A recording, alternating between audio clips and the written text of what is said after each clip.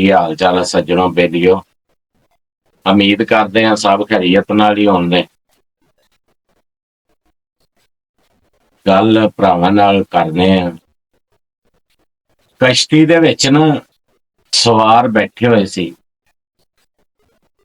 ਤੇ ਉਹਨਾਂ ਦੇ ਵਿੱਚ ਇੱਕ ਬਾਬੇ ਕੋਲ ਪੈਸੇ ਸੀਗੇ। ਜਿਹੜਾ ਕਿ ਇੱਕ ਨੌਜਵਾਨ ਨੇ ਦੇਖਿਆ ਕਿ ਬਾਬੇ ਕੋਲ ਪੈਸੇ ਆ ਤੇ ਉਹ ਹੋਵੇ ਨਾ ਤੇ ਬਾਬੇ ਕੋਲੋਂ ਪੈਸੇ ਲਾਈਏ ਕਿਸੇ ਤਰੀਕੇ ਨਾਲ।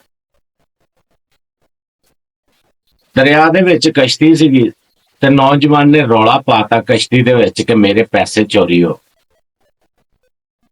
ਤੇ ਕਸ਼ਤੀ ਦੇ ਵਿੱਚ ਜਿੰਨੀਆਂ ਸਵਾਰੀਆਂ ਬੈਠੀਆਂ ਸੀ, ਬੰਦੇ ਸਵਾਰ ਸਨ, ਉਹਨਾਂ ਨੇ ਕਿਹਾ ਜੀ ਬੰਦੇ ਮੌਜੂਦ ਆ ਕਸ਼ਤੀ ਦੇ ਵਿੱਚ ਬੈਠੇ ਹੋਏ ਆ ਤੇ ਆਪਾਂ ਸਾਰੇ ਬੰਦਿਆਂ ਦੀ ਤਲਾਸ਼ੀ ਲੈ ਲੈਣੇ ਆ। ਜਿਹੜਾ ਕਿ ਜਿੰਦੇ ਕੋਲੋਂ ਪੈਸੇ ਨਿਕਲੇ ਆਏ ਉਹ ਬੰਦਾ ਚੋਰ ਹੋਏਗਾ। ਉਦੋਂ ਤੁਸੀਂ ਵਕਲ ਲਿਹਾਜ਼ ਦੇ ਹਿਸਾਬ ਨਾਲ ਲਾ ਲਓ ਕੋਈ 20,000 ਰੁਪਈਆ ਬਾਬੇ ਦੀ ਜੇਬ ਚ ਹੋਏਗਾ। ਤੇ ਨੌਜਵਾਨ ਮੁੰਡੇ ਨੇ ਵੀ ਵੇਖ ਲਏ ਪੈਸੇ, ਉਹ ਬਾਬੇ ਦੇ ਪਿੱਛੇ ਤਾਂ ਪਿਆ। ਜਦੋਂ ਸਾਰਿਆਂ ਬੰਦਿਆਂ ਕੋਲੋਂ ਤਲਾਸ਼ੀ ਲਈਏ ਹੀ ਨਾ ਤੇ ਪੈਸੇ ਕਿਸੇ ਬੰਦੇ ਕੋਲੋਂ ਨਾ ਨਿਕਲੇ। ਪੈਸੇ ਨਾ ਨਿਕਲੇ, ਕਸ਼ਤੀ ਕਿਨਾਰੇ ਲੱਗੀ ਤੇ ਹਰ ਬੰਦਾ ਕਸ਼ਤੀ ਤੋਂ ਲੈ ਕੇ ਘਰੋਂ ਘਰੀ ਜਿੱਧਰ ਜਿੱਧਰ ਕਿਸੇ ਨੇ ਜਾਣਾ ਸੀ ਤੁਰ ਪਿਆ। ਤੇ ਉਹ ਮੁੰਡਾ ਬਾਬੇ ਦੇ ਪਿੱਛੇ ਪਿੱਛੇ ਤੁਰ ਪਿਆ। ਬਾਬੇ ਨੂੰ ਜਾ ਕੇ ਰਸਤੇ ਦੇ ਵਿੱਚ ਇਹ ਗੱਲ ਕਹਿੰਦਾ ਕਿ ਬਾਬਾ ਜੀ ਪੈਸੇ ਹੱਕੀ ਸੱਚੀ ਤੁਹਾਡੇ ਕੋਲ ਆਇਆ ਸੀ, ਲੇਕਿਨ ਜਦੋਂ ਤਲਾਸ਼ੀ ਹੋਈ ਉਦੋਂ ਪੈਸੇ ਕਿੱਧਰ ਗਏ।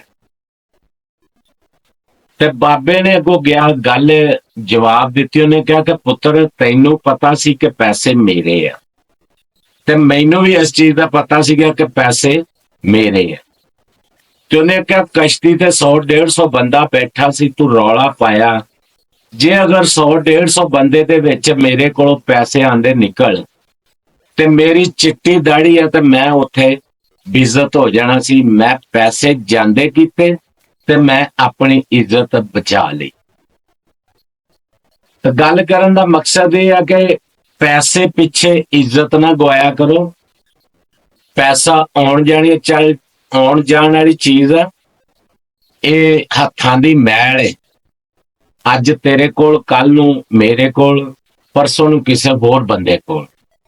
ਇਹਦੇ ਪਿੱਛੇ ਆਪਣਾ ਜਿਹੜਾ ਨਾ ਤਮਾਦ ਤੇ ਵਕਾਰ ਨਾ ਗਵਾਇਆ ਕਰੋ। ਪੈਸਾ ਕੰਜਰਾਂ ਕੋਲ ਦੀ ਬਹੁਤ ਤੇ ਪੈਸੇ ਪਿੱਛੇ ਆਪਣੇ ਨਾ ਇੱਜ਼ਤ ਨੂੰ ਦਾਅ ਤੇ ਲਾਇਆ ਕਰੋ। ਵਕਤ ਹਾਲਾਤ ਜਿਸ ਤਰ੍ਹਾਂ ਦੇ ਵੀ ਹੋਣ, ਬੰਦਾ ਬਰਦਾਸ਼ਤ ਕਰਨ ਦੇ ਕਾਬਲ ਹੋਵੇ ਨਾ ਤੇ ਵਕਤ ਹਾਲਾਤ ਗੁਜ਼ਰ ਜਾਂਦਾ ਤੇ ਦਿਨ ਚੰਗੇ ਆ ਜਾਂਦੇ। ਤੇ ਜਿਹੜਾ ਤੁਸੀਂ ਇੱਕ ਦਫਾ ਆਪਣੀ ਇੱਜ਼ਤ ਨਿਲਾਮ ਕਰ ਛੱਡਦੇ ਆ ਜਾਂ ਆਪਣੇ ਆਪ ਨੂੰ ਦਾਅ ਤੇ ਲਾ ਛੱਡਦੇ ਆ ਨਾ, ਉਹ ਲੱਗਾ ਹੋਇਆ ਫਿਰ ਵਾਪਸ ਨਹੀਂ ਆਉਂਦਾ। ਪੈਸਾ ਜ਼ਰੂਰ ਬੰਦੇ ਕੋਲ ਆ ਜਾਂਦਾ। ਉਮੀਦ ਆ ਕਿ ਗੱਲ ਬੇਲੀਆਂ ਦੀ ਸਮਝ ਚ ਜ਼ਰੂਰ ਆ ਗਈ ਹੋਏਗੀ ਤੇ ਚੰਗੀ ਵੀ ਲੱਗੀ ਹੋਏਗੀ। ਜੇ ਚੰਗੀ ਦਿਲ ਨੂੰ ਲੱਗੀ ਹੋਏ ਤੇ ਚੈਨਲ ਨੂੰ ਸਬਸਕ੍ਰਾਈਬ ਵੀ ਕਰਿਆ ਜੋ ਤੇ ਹੋਰ ਸੱਜਣਾ ਬੇਲੀਆਂ ਨਾਲ ਸ਼ੇਅਰ ਵੀ ਕਰਿਆ ਜੋ। ਹੱਸਦੇ ਰਹੋ ਤੇ ਵਸਦੇ ਰਹੋ। ਮਿਲਨੇ ਆ ਇੱਕ ਨਵੀਂ ਵੀਡੀਓ ਦੇ ਨਾਲ।